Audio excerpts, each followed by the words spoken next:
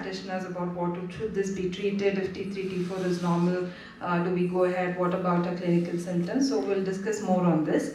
For this, I would like to call on the chairpersons onto the stage. It's my honor to invite Dr. Mathura Pathak, consultant obstetrician and gynecologist at Motherhood Hospitals, Mysore. Warm welcome to you, ma'am. Dr. Suma KB, consultant obstetrician and gynecologist at JSS Hospitals, Mysore. Warm welcome to you, ma'am. Dr. Amulya KG, consultant obstetrician and gynecologist at Manipal Hospitals, Mysore. Warm welcome to all of you and thank you for joining us today. So I'd like to invite the speaker, Dr. Shanmuga Sundar sir, is a consultant endocrinologist at Magna Centers, Chennai. Over to you, sir. Good morning, everyone. At the outset, I thank Dr. Lakshmi for giving the opportunity. So, as he rightly said, it's a very, very common scenario. So, we used to get a lot of this kind of patients. So, in the first trimester, the patient will have normal T3, T4 with reduced TSH, and many times we do see patients present to us after starting anti-thyroid drugs. So, what I am going to discuss is take forward this case. There is a 32-year-old woman who presents with first trimester of pregnancy with TSH of 0.005. So I am going to ask this question. So what should we know? Why are we very concerned about it? And what should we look for in our patients? So what clinical parameters and what investigation and what anti-thyroid drugs to be started and when to check TRAP, that is a TSH receptor antibody. And mainly, very, very important, when not to initiate the anti-thyroid drugs. So these are the questions I am going to answer. So we will get a roughly good idea after this discussion. So basically, what should we know? So two things mainly happens in the pregnancy. One is the increase in the HCG level. So increase in the HCG level, again we all know it has the beta subunits and homology with the TSH receptor, TSH. So it stimulates the TSH receptor. So there will be increased stimulation of the thyroid production. So the increase in the TSH level. So that also again the increase in TSH level decrease the TSH because HCG acting like the TSH on the TSH receptor. Second thing is increase in the thyroid binding globulin due to the increased effect of estrogen and decreased off-life of TBG. So again there is a decrease in the free T4 because the thyroid binding globulin is increasing, the total T4 will increase but free T4 will decrease. So these two main changes happen, increase in the HCG acting on TSH receptor and increase in the thyroid binding globulin. So what it does, so there will be increase in the HCG level, increase in the TBG level. So what changes we will have is there will be increase in the total T4 and there will be a transient decrease in the TSH and which will get normalized by the second trimester and there is a gradual decline in the free T4 level. So these are the changes which will happen normally during the first and second trimester of the pregnancy. So if you see this normative data, almost 10% of the pregnant patients in the first trimester can have less than the normal range of TSH. And if we see even 2.5%, they can have even undetectable TSH level. So which is again a normal phenomenon, which is not something abnormal. So we should use trimester specific reference ranges according to the ADA guidelines. So we should have population based and trimester specific reference range for TSH and assay method and trimester specific reference range for serum free T4. But if those things are not available, so what should we do? So in the first trimester, reduce the lower limit of the reference range of TSH by approximately 0.4 and upper limit by 0.5. So which comes to approximately 0.1 to 0.4 milliunit per liter. So even the patient comes with 0.1, 0.2, it is a normal. It is not something abnormal. And there will be transient decrease in TSH and it will get normalized in the second trimester. And the upper limit of reference range for total T4, again very important, it gradually increases by approximately 5% per week beginning at week 7. So at approximately 16 weeks, the total T4 levels of pregnancy will be 1.5 folds higher than the non-pregnant value. So usually we get reference range for the lab reports for the non-pregnant patients. So if the reference range given is upper border is 12, then we have to take it as 18. So anything more than 18, we have to evaluate. If up to 18 is considered as normal.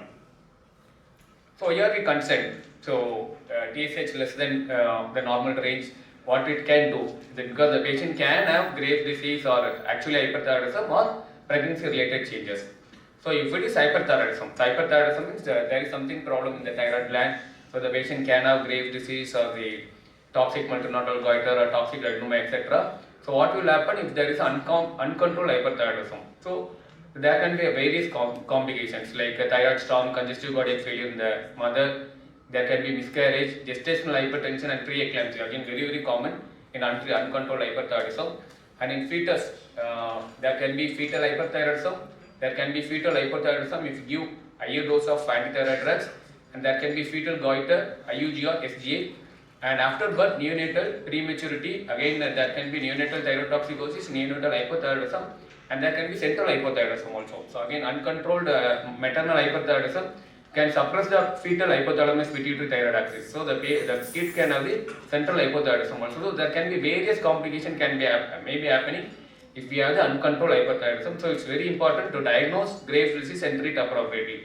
But at the same time, it's very important to avoid unnecessary treatment. This is the take-home message, because most of these patients who are present to us with low TSH, more than 95% of the patient may not require any treatment, just only follow. So this is again very important. We should diagnose the gestational transient thyrotoxicosis and we should not treat the patient. That's also very important.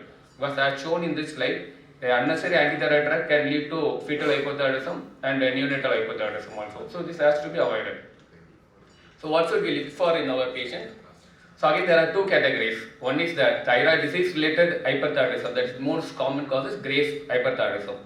Second thing is the pregnancy related, like hyperemesis gravidarum, increased thyrotoxicosis due to multiple gestation and gestational transient thyrotoxicosis. There are various other causes, but these are the most important causes. So we should differentiate from the Graves' disease and this HCG related. All these are HCG related thyrotoxicosis, gestational transient thyrotoxicosis, hyperemesis, and multiple gestation are due to the increased HCG.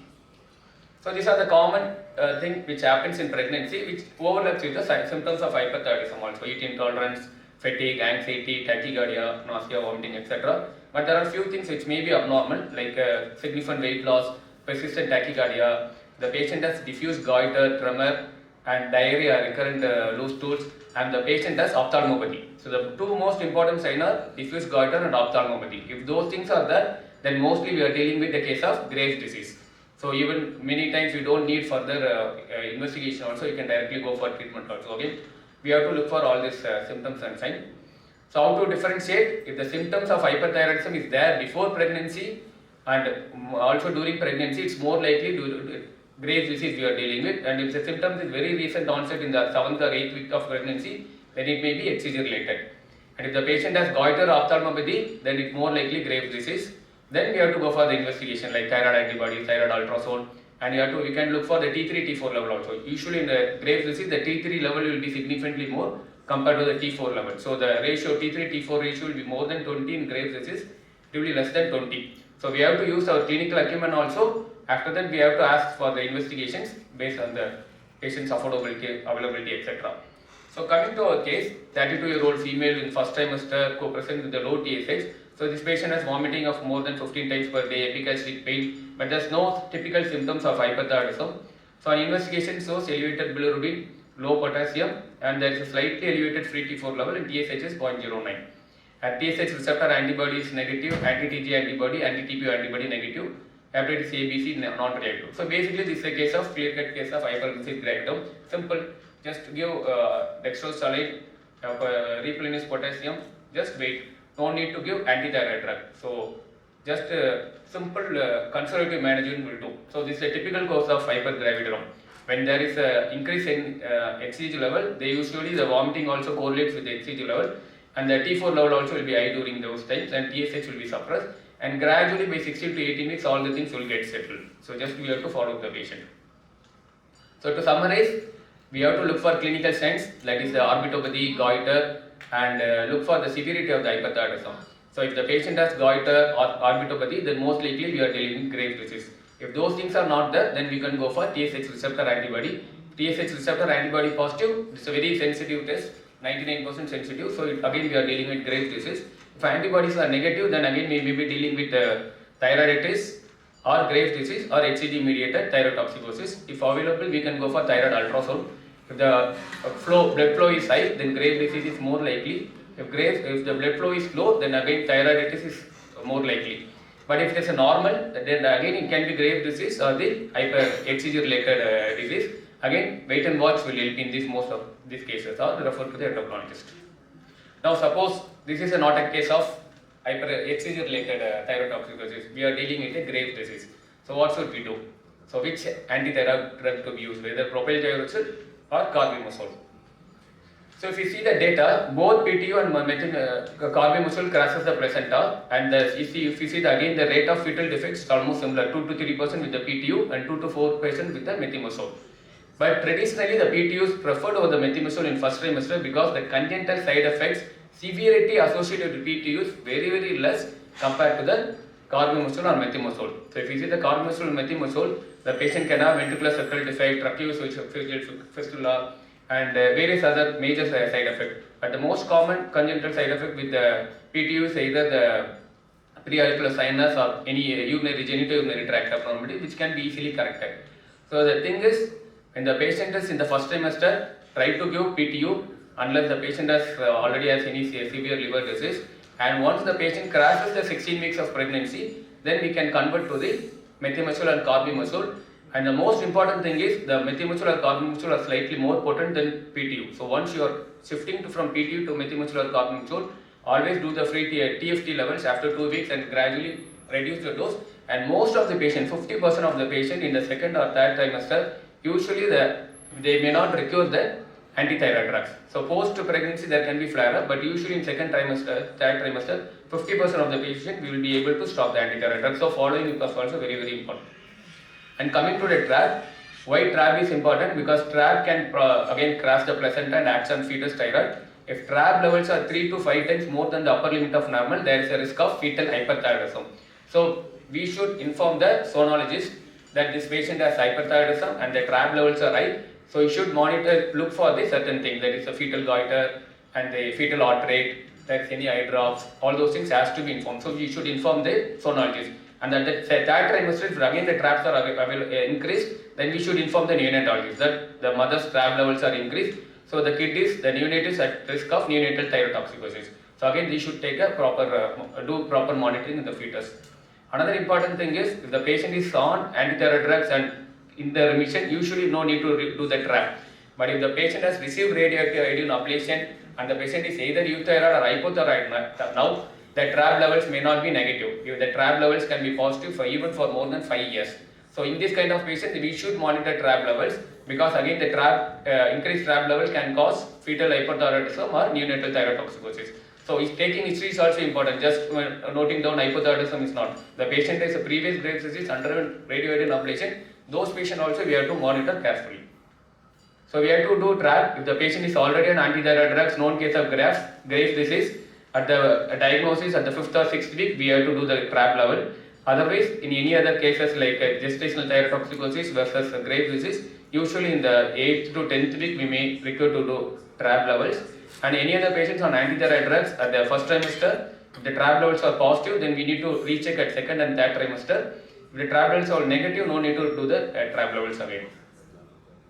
So again trap levels, if more than 3 times more than the normal level, again we need to inform the sonologist and neonatologist, so they should properly monitor the fetus. So coming to the last slide, but it's a very important slide, when not to initiate treatment. So transient subclinical hyperthyroidism in the first trimester of pregnancy, many of the patients will not require treatment. And HCG mediated overhyperthyroidism, it is usually transient and mild, so no need for treatment. Hyperemesis gravidarum associated hyperthyroidism, no treatment. And even if it is a Graves' disease or toxic adenoma or toxic multinodal goiter, if it is a subclinical or mild asymptomatic overhyperthyroidism, in this patient also, the patient may not require treatment, just follow the patient and follow the fetus with the ultrasound. Because with treatment also, we are trying to maintain the free T4 in the upper normal limit. So if there is a very subclinical or mild asymptomatic hyperthyroidism, just monitor with the TFT level, no need for treatment. So to summarize, if we get this kind of patient, we should know the basic physiology, why this is happening. So we need to differentiate between HCG mediated thyrotoxicosis versus Graves' disease or toxic MNG. So we have to make the diagnosis whether it's a Graves' disease or HCG related. So appropriate investigation. So first is clinically we have to see whether there's a goiter or there's ophthalmopathy. Then go for trap levels. Then if trap levels are not available, if the patient is not affording, then we can go for ultrasound Doppler to see the blood flow. And we need to decide to treat or not to treat. If you have a doubt, please refer to the endocrinologist to make the decision. Don't start the treatment, because by giving the antithyroid drugs, we are going to do more harm to the mother and mainly for the fetus.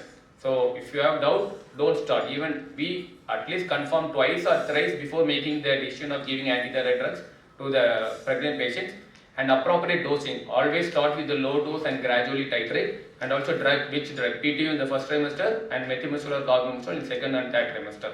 And fetal surveillance, again very important. So based on the TRAB levels, again we have to inform the sonologists and the neonatals that this kid is at risk for developing fetal thyroid toxicosis or neonatal thyroid toxicosis. So appropriate measures should be taken. Thank you. Thank you for the patient listening.